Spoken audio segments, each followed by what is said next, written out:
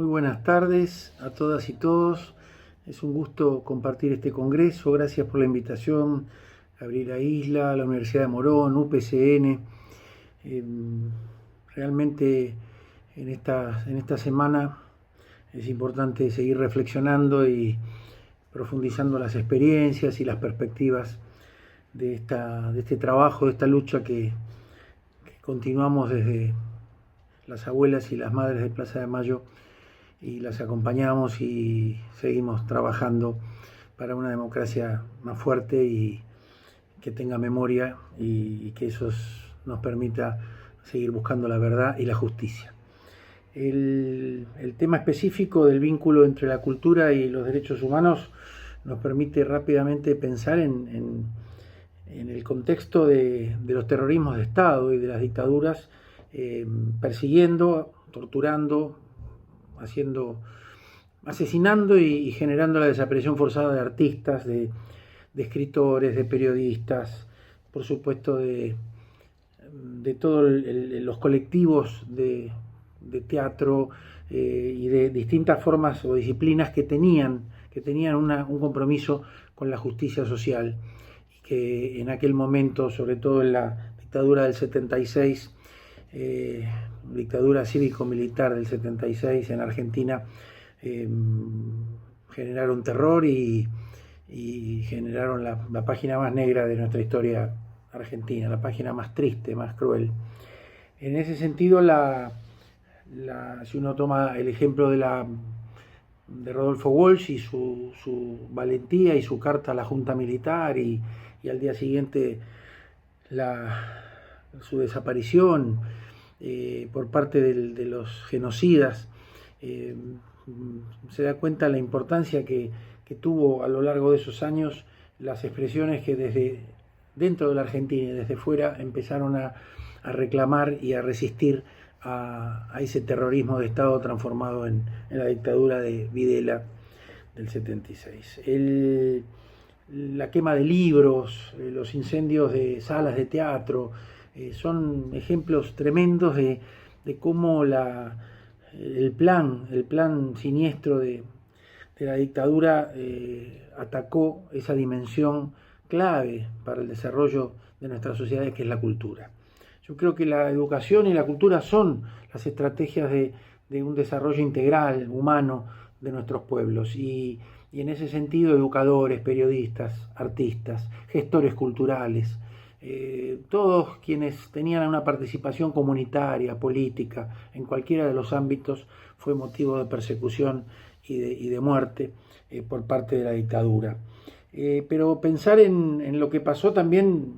nos exige a reflexionar sobre las cosas tan buenas que pasaron. Si uno piensa en el colectivo de artistas, de actrices y actores que generaron Teatro por la Identidad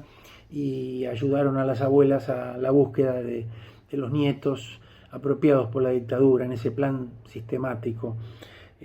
tan asesino y cruel, me parece que uno ve los resultados, ve el acompañamiento, ve la forma en que desde esas obras, de las representaciones de Teatro por la Identidad, etcétera, contribuyeron a una tarea increíble como fue la de las madres y abuelas de Plaza de Mayo, en particular en el caso de abuelas, y los familiares desaparecidos, la asamblea, todos los organismos de derechos humanos, después hijos, que acompañaron esa resistencia que finalmente permite el retorno a la democracia. En ese sentido, la importancia a lo largo de distintos momentos de la democracia tuvo algunos puntos excepcionales. A mí me gustaría en esta reflexión tan breve quizás plantear la centralidad del periodo 2003-2007 con respecto a esa recuperación de la dimensión cultural y de la educación, teniendo en cuenta una educación en la memoria. Por ahí algunos periodistas o en algunos congresos hay una pregunta muy frecuente que dice, bueno, pero ¿cómo se educa en un país? Está el nunca más, fueron los juicios a los comandantes, pero ¿cómo se educa en la perspectiva de futuro? en los derechos humanos. Y en ese sentido a mí me gusta plantear una cuestión más quizás didáctica de la educación en 4 dimensiones claves para esa comprensión y esa visión de los derechos humanos y el propio enfoque de derechos que se tiene que reflejar en las políticas públicas, pero que desde el aula, desde la familia, desde el barrio, desde las comunidades locales, se va sembrando la semilla de esa participación ciudadana comprometida con los derechos. En particular, entonces, 4 dimensiones de esa educación para los derechos humanos. La primera es la educación en la memoria, sin lugar a duda. Menciono las 4. En la memoria, la educación para la inclusión, la educación para la participación y la educación para la convivencia o la convivencia democrática. Está claro que la educación en la memoria es central, y en ese sentido recordamos siempre a Eduardo Galeano, en aquel momento de la vida según Galeano, de Canal Encuentro, que planteaba esa concepción de la memoria como algo absolutamente de las entrañas, del corazón. Él decía la etimología de la palabra recordar, recordis, volver a pasar por el corazón. Lo hemos dicho muchas veces y para mí sigue siendo una de las banderas que me recuerdan la importancia de ver esta temática no desde la academia ni desde la política, desde algo absolutamente visceral que tiene que ver con la historia de cada uno de nosotros, con la historia de quienes no están, de las compañeras y compañeros que lucharon, murieron por la causa de una sociedad más justa. Y en ese camino, en esos senderos, creo que la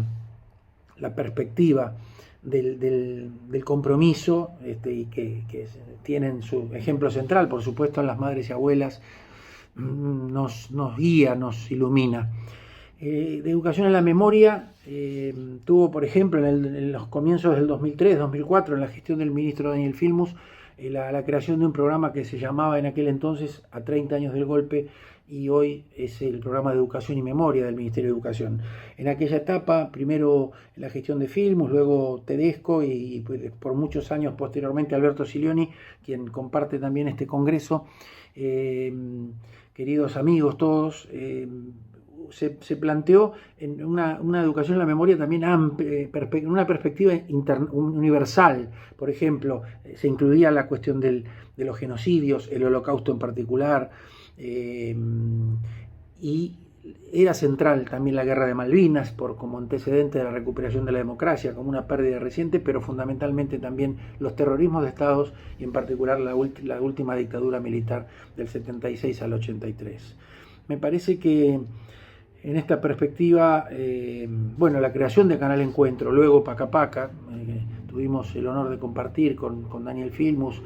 Tristán Bauer, su primer director, yo tuve el honor de continuar esa tarea, luego Vero Fiorito, fue sin duda también un aporte a la cultura, a la educación, a generar en los niños y en los jóvenes una mirada y una visión de cómo fue nuestra historia. Y creo que es un buen ejemplo, sin duda, la creación de los canales que justamente tuvieron ese marco de una nueva ley de educación, y donde la perspectiva de la memoria, la verdad y la justicia están muy presentes. Decía además 3 dimensiones de esa educación para los derechos humanos que atraviesan a todas las temáticas culturales: la inclusión como la inclusión social, la inclusión de la dignidad de los derechos de cada persona, pero en particular si uno piensa en las dificultades de lo que implica la exclusión para el acceso a la cultura, y a los bienes culturales, a la producción cultural, y a participar como ciudadano en el ámbito de las expresiones artísticas y culturales. La tercera, la participación, sin duda, seguramente en el auditorio de este congreso docentes, estudiantes, investigadores sepan y tengan clarísimo, líderes comunitarios o juveniles tengan claro que es fundamental que un espacio educativo, la escuela, la universidad, cualquier ámbito educativo promueva la participación escolar, comunitaria, política, para una ciudadanía plena. Y por último mencionaba la convivencia. La convivencia es otro de los pilares centrales que en el aula, en la escuela, en todos los ámbitos, la educación tiene como desafío promover ese aprender a vivir juntos que planteaba UNESCO, es en en el informe de Lors, y me parece que ahí hay una perspectiva de respetar al otro, del respeto a la diversidad, y la convivencia es un pilar fundamental para esa construcción democrática. Tengo actualmente el honor de acompañar a Diana Sayek como presidenta y yo en el directorio del Fondo Nacional de las Artes. Bueno, desde allí también permanentemente se está pensando en ese vínculo de planificar los derechos de los artistas, y mucho más en la pandemia hubo respuestas a esas dificultades de los artistas, de los trabajadores de la cultura, y me parece que es un honor poder estar nuevamente en las políticas públicas acompañando un proceso como el del Fondo Nacional de las Artes y el Ministerio de Cultura de la Nación. En estos días planteábamos en la Red Iberoamericana de Jóvenes, que es una iniciativa de la OEI, de la Organización de Estados Iberoamericanos y de la Casa de Ana Frank, planteábamos la importancia que tenía la dimensión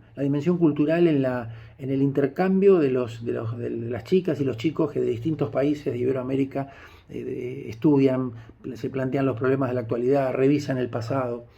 Una iniciativa que tanto Luis Escaso y Héctor Shalom y la Oficina de Colombia tienen que ver con una iniciativa anterior, con un proyecto que sigue vigente, que junto a Ángel Pesis y Beto Cuellar pudimos trabajar en el marco de la OI, hoy conducida por su secretario general Mariano Jabonero. Paso estas referencias personales porque son emblemáticas. En el caso de Cuellar, también acompañando a Monseñor Romero en El Salvador, en aquel momento, años posteriores, durante la dictadura argentina, y que tuvieron un final también triste en marzo del 80 con el asesinato de Monseñor Romero. Pero bueno, esta red de jóvenes también es apostar al futuro. Yo daba el ejemplo de Teatro por la Identidad o de Canal Encuentro, y creo que la obligación de los educadores y de esta sociedad es sembrar para el futuro, y ese futuro se construye con una mirada y una perspectiva de nuestro pasado, de la memoria reciente. En este punto yo creo que el propio legado de Ana Frank es un ejemplo rico para compartir con la juventud y con los sistemas educativos, ese fervor y esa mirada del mundo de Ana Frank, esas ganas de escribir, de contar y de resistir en aquel momento al nazismo y a uno de los quizás el peor genocidio de la historia. Zaffaroni decía hace unos días que hay genocidios por goteo, genocidios que continúan día a día, y que en ese sentido la falta del acceso a la cultura, a la educación, la falta de derechos mínimos en algunas sociedades, la pobreza, la indigencia, el tema del hambre, que es una lucha que merece el esfuerzo de todos nuestros países en esta región, tienen que ver con este mundo patas para arriba que sigue diariamente generando pequeños genocidios y que siguen dejando una insatisfacción enorme para el legado de nuestra generación a las siguientes. Creo que en este congreso hay unos puntos de vista y temáticas muy diversas, y me parecen fantásticas en la perspectiva de celebrar, de conmemorar la lucha de las abuelas y las madres, de celebrar aquel retorno a la democracia, de seguir trabajando todos y todas juntos por una Argentina más justa, por una Latinoamérica y para una Iberoamérica más solidaria. Es clave la tarea docente, es clave estos espacios, en este caso que una universidad y un sindicato generan en la reflexión y en las opiniones y en la perspectiva de seguir profundizando estas cuestiones. Permítame terminar deseando un éxito, el éxito de este congreso, y mañana tendremos un nudo en el corazón, pero un compromiso mayor en este nuevo 24 de marzo tan particular en pandemia,